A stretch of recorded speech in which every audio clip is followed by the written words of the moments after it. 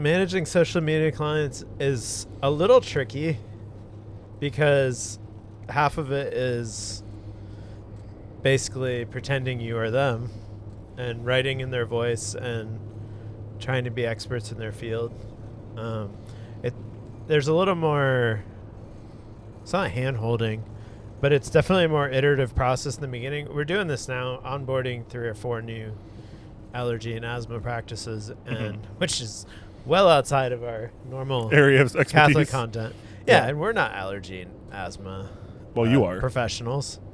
Well, you have asthma.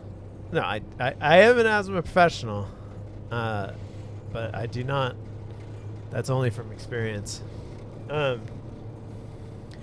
But yeah, I mean, we go from Catholic churches to asthma and allergy to roofing companies to ultrasounds to excavating companies, and like, how do you manage the amount of content they have to put out?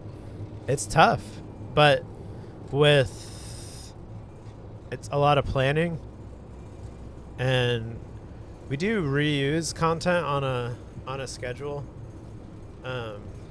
which some people would shy away from, but really only 5 to 10% of your organic audience is seeing your content anyways. So recycling content's actually a better way for more people to see it. Oh, that's good to know. So you're saying that, like, if you're trying to grow a platform, you can every once in a while, if it's a more generic piece of content, you can just put that back up like a month later or two? Like if I create a piece of content for a client, if it's for an event, let's say, this happens with Diason clients, we create one piece of content for an event in December. I'll immediately right now schedule it, same graphic, same caption. Let's see, it's November, so this week, end of November, and then 1 week before the event, just change the caption like this week. Okay. And so right there you have 3 pieces of content already built, which is one piece of content. Yeah. Do you use any content management tools or posting tools or like I forget what they call them all, but Yeah, we use a few different tools. Mostly I don't like project management tools. We do use some AI when, goes back to not being experts in fields. You use it from a research perspective, not an image generation perspective. We do not use AI for image generation. It's more like caption writing. Caption writing, research, and for technical things, like we can't give advice on like how to treat your own allergies, but we could write content and then have it approved or edited by a provider at a practice. Yeah, so you can write it through AI and the practice. Yeah, we're also not like that it's accurate. We're not what's Chris? Theologians. Yeah, we're not theologians either, but we can write from experience, or pull from saints, or pull from the Bible, or we can use AI to put some ideas together, but it's always a good idea to bounce that off of professionals. That mansion's still for sale. Oh. That mansion that we passed on the highway, it's still for sale. It's funny, is I didn't know you were talking at the mansion, but it made me think like, we need to exit here, which that's good. Yeah, because you're in the left lane. Over, yeah. Yep, I'm glad I pointed. But I was pointing at the mansion that we passed last year on this drive. We've passed that mansion so many times. Yeah, but it's still for sale. They probably want too much for it. In this economy? In this economy? It's only 2.5 hours from our house. Wow, we should Not buy our it. house. Yeah. Your house. My house. At. No. Just dox myself. Acorns. I love acorns. I'm going to kill you. I was going to ask another question about your social media content marketing.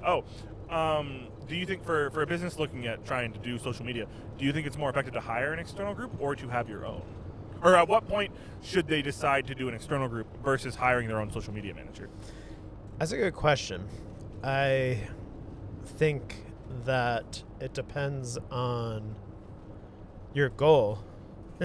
Interestingly, I think social media is largely based on personality and like people. That's what really drives true connection. And so some of the these practices, I'm not even going to say what genre, they are not interested in engagement. They're interested in making sure people know the lights are on, which I think a lot of social media these days, it's like people go to social media first, and if they haven't posted in 6 months, it looks bad. That's fair. That's my Instagram. they're like, oh, are they still in business? And so part of it is making sure you know the lights are on. Some of it's some educate, like people go look when they're starting to research a practice and they can kind of dive in. They're not like, metrics are not for them about likes and clicks and engagements. All that's through paid ads, which is the only spot where boring things like that are gaining traction because they're not willing to bring the personality into it. Yeah.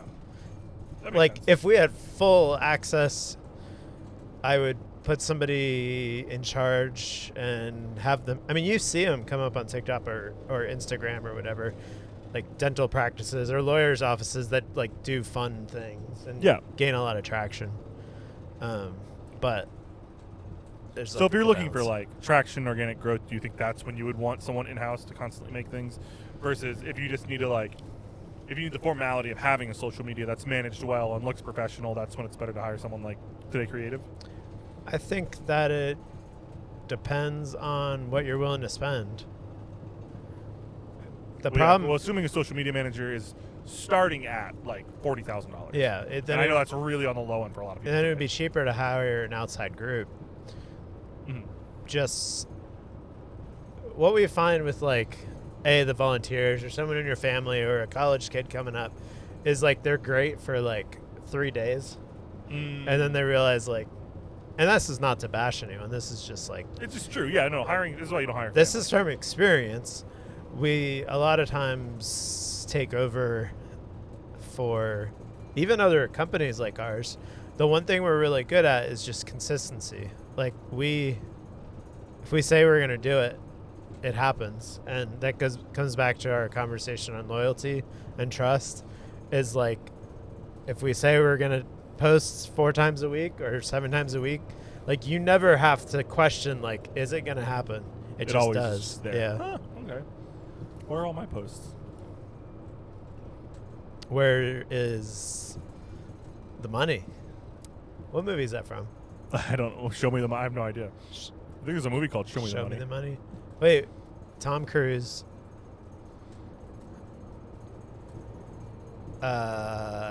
Something about baseball or a sport. Sports ball. No, money ball. No. Yes, it's something like that. Moneyball? Moneyball? That sounds like a game show, but I don't know. Money. I never saw it. I don't know what movie you're talking about. But I do know the Show Me the Money thing. Yeah, I don't know what that's from. I'm pretty sure that's from a movie called sportsball.net. Sports. We're not great with sports. Nope. We did just spend a week watching sports, though.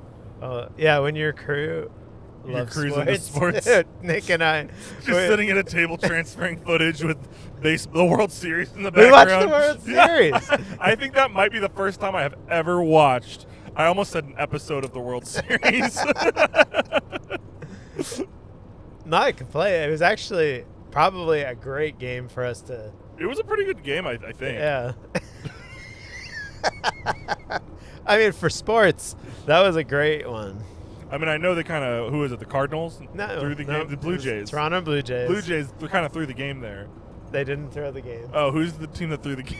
The L.A., the Dodgers. Oh, I have them mixed up. So the Dodgers threw the... Because the Dodgers were up like 3-1.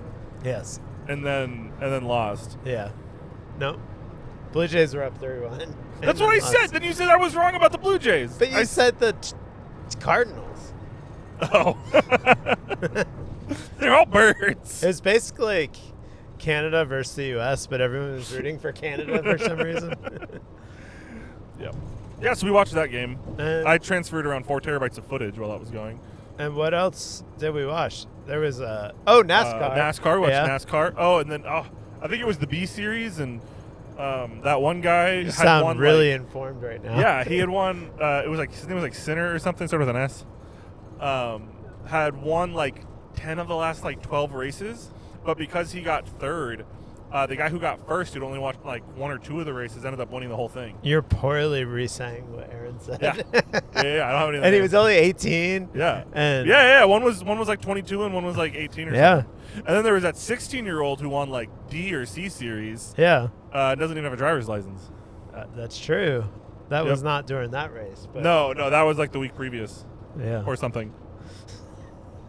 it was in 2025. Yep. And then I'm laughing at you talking about it. like I'm an authority. Like I know any better, but you're the one throwing it out there, Yeah. and I'm enjoying that reliving. Oh man, really thirsty. Yeah. Social I was media. gonna ask you something. Deep and personal. Oh, I did I answer the question though?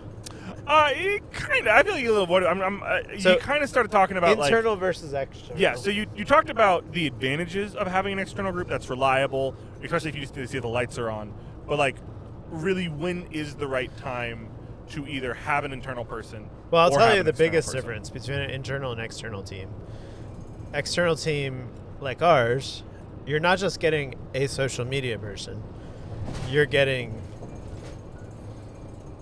a few people that are working on your account, but you're also getting access to a crew and gear and like something that would cost you hundreds of thousands of dollars Yeah. to bring in internally. So there's no like, But we have an Apple. iPhone, and my niece knows how to use it. that's great. Then do it. But the thing is, you're not going to do it. And it's not going to be consistent. That's key with social is being consistent.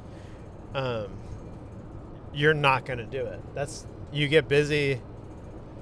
Your niece, Social media is hard, and it's kind of boring to have to produce for it. I mean, I do it and I don't like it, but it's like we're good at it. Yeah. And I don't really.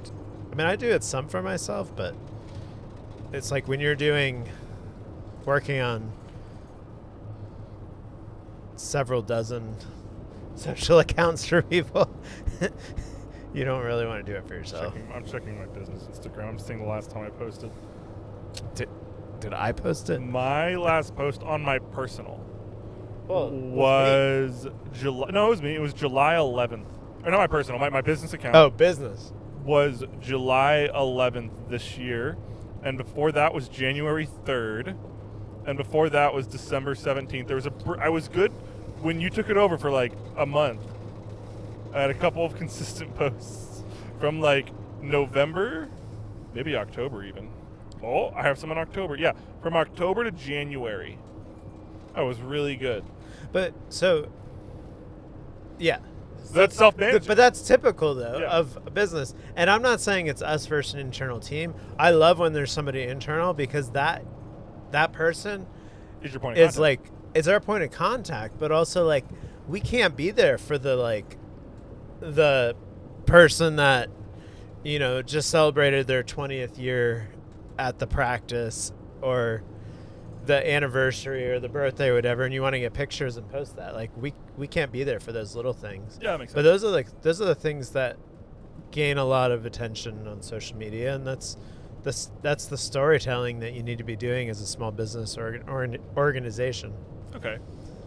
So we're there to make sure it happens and cheerlead on the internal team and inform them on what they should be doing and guiding and like producing and planning the big stuff.